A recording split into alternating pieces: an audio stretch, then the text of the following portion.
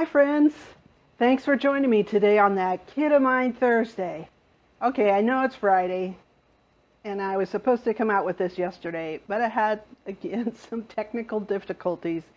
Thank you for bearing with me all these times that I'm learning new things about electronics.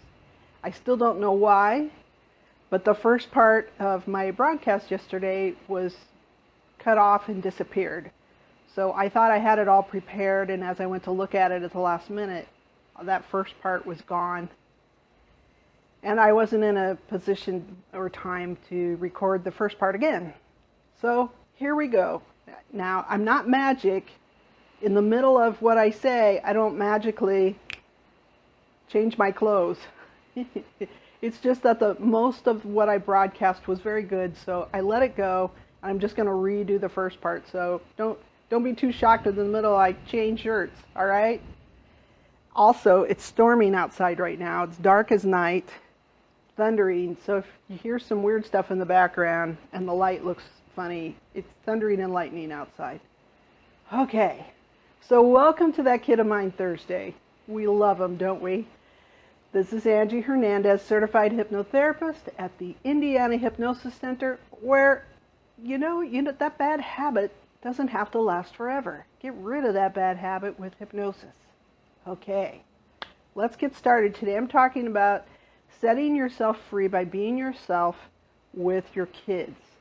Now, being your authentic self is kind of a tall order, but we'd like to strive for that because your kids are learning all the time from you. They don't just learn when you say, listen to this or watch this, this is how we do it. No, they're learning from you by what the actions that they see. They learn from you by the way you treat other people. They watch what you say. They mimic how you behave, walk, and act. They see everything, and they take it in. And even if they don't want to, later in life it affects them greatly. So teach them the way you would like them to be in life. And when you're your authentic self, they will take that on. And when you say, it's better than saying, do what I say, don't do what I do. That never works, okay? So here's what we're going to do. Here's like the first step about embracing authenticity and being yourself is giving up the need to appear perfect. All right? Give up. None of us can be perfect. We can strive to be excellent.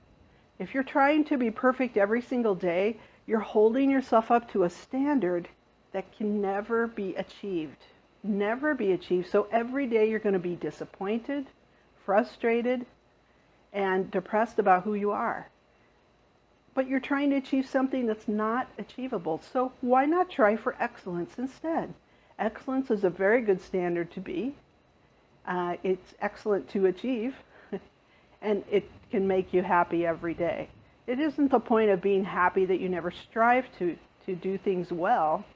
It's about holding yourself up to an achievable standard. Now, how does this affect your kids? They don't need to be perfect either, so stop expecting them to be. When you send a 4-year-old out to do a chore, expect a 4-year-old's effort. A 4-year-old's capabilities are not like an adult's. So expect what they can do and don't criticize every single thing they are. Sure, they do need discipline. They need to learn the disciplines of life because we all have to be disciplined. We have to follow laws. We have to work to make an income. We have to pay our bills. So they need to learn discipline. That's part of your job as a parent. And they do need to be corrected for bad behavior. They need to learn what's acceptable and unacceptable and why it is. But they don't have to be perfect, and neither do you. Yeah, I think you should give kids constructive criticism in a gentle way, and you should correct them when they're doing things that are inappropriate or wrong. But you don't have to be perfect. You yourself as a parent do not have to be perfect. I had my daughter say that to me one time, and it meant a lot to me. I still remember. She said, "Mom, you don't have to be perfect." And I thought, is that what I try to do? In everything I do, I try to be perfect? And I thought about that, and I thought, maybe I do. Maybe that's too much stress. Maybe I'm freaking out when I can't do things perfectly. Why would I try to be perfect? We know that no one can be perfect. If you strive for perfection every day, you'll be stressed and upset with yourself, and you'll never think you're good enough. Better to strive for excellence. You can reach the goal of excellence every day, and that's a rewarding goal to have. Don't hold yourself to a standard that you can't reach. And don't expect your kids to be perfect either. Know your values and live by them. What are your values? Maybe it's time to sit down and take a little piece of paper and jot down the things that are most important to you. And then take the top 5 and really examine those and work on those. Maybe part of what's important to you is providing for your family so that they have a good manner of living, a decent house, food to eat. That's a very good goal.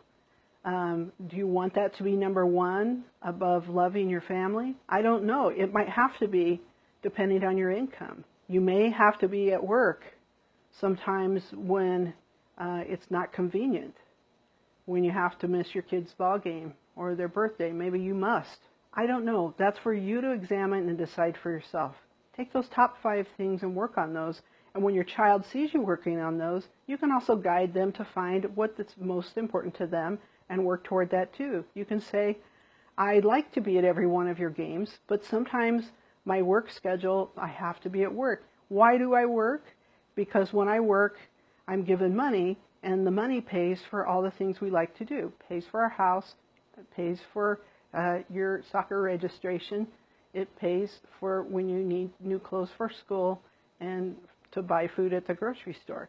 Little children don't really understand the concept of money, but they know that money is used. So you can start by just explaining it to them in a short way. They don't need the whole explanation. After all, they're little kids. They don't get complicated things.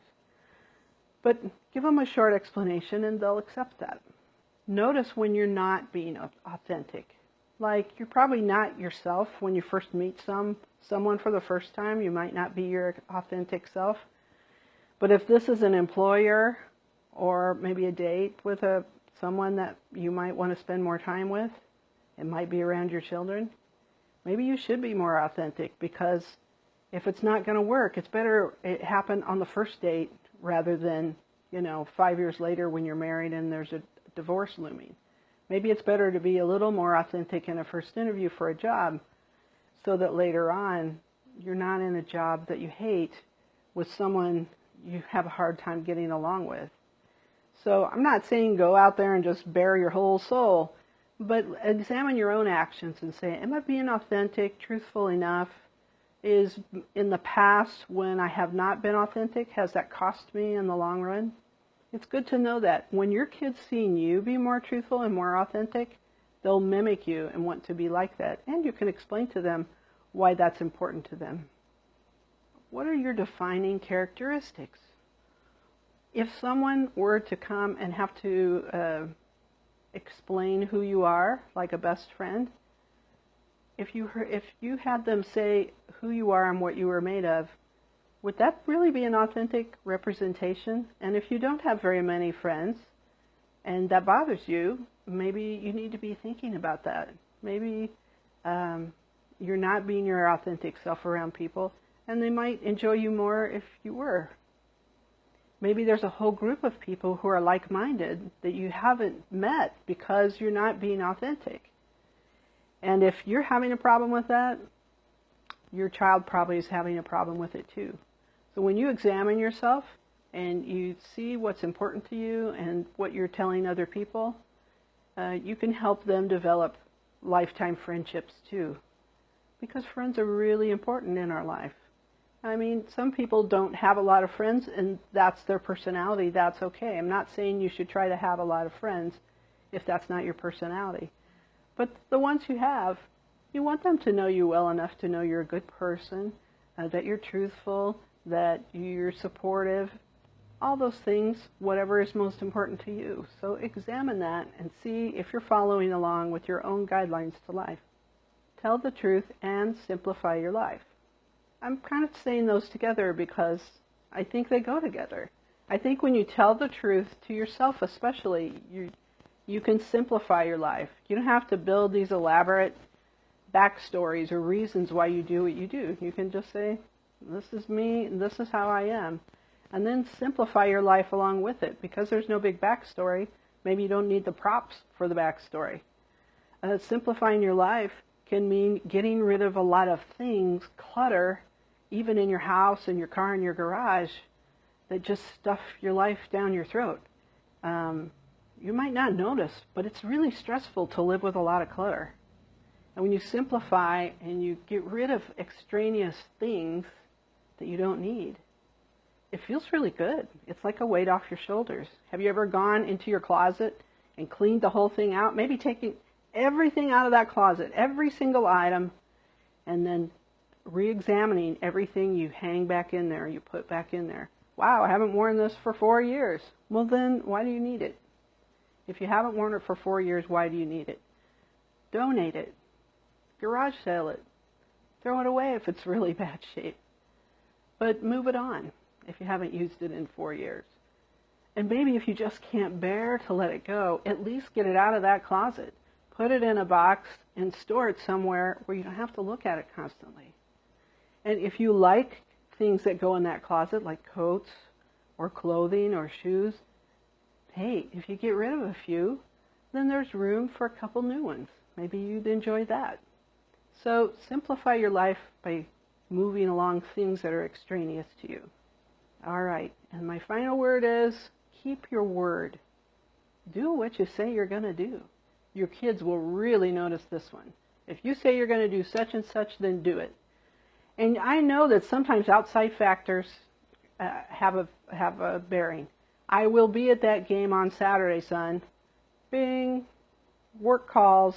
You've been called in. Somebody's sick. You have no choice. You got to go in. Your child's just going to have to understand those circumstances. But when you say you're going to do something that's really important to them, regardless of outside factors, we'll put that aside for now, then just do it. If work didn't call, go to that game. If you said you're going to take them to a certain place, to a birthday party, or whatever it is you promise them to do, just do it. Do what you say you're going to do, down to the simplest things. And if you're wishy-washy about keeping your word, maybe that's not so important to you, but it's important to kids. Just don't give your word. Stop doing that. Because you're breaking part of your relationship with your child every time you break your word. Keep your word, be authentic, all right?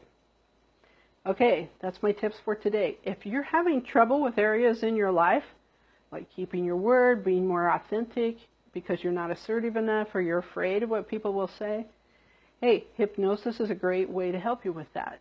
And you can come to me for sessions. You can come in person or you can come online, whatever you choose, but we can work on helping you be more of your authentic self. And when you're authentic, your kids learn to be authentic too, and they look up and admire you. That's a great thing about kids, yeah. Hey, so join me next week on that Kid of Mine Thursday, and I hope to see you next time. In the meantime, follow me. Go over and if you go over to my website, I have blog information. I have a free video. I'm sorry, it's not a video. It's an audio, a free audio that's just for relaxation, just for fun, just to see if you can be hypnotized, just for fun. You get that for subscribing. So come on over, IndianaHypnosisCenter.com. All right, this one's from me to you. Bye, friends.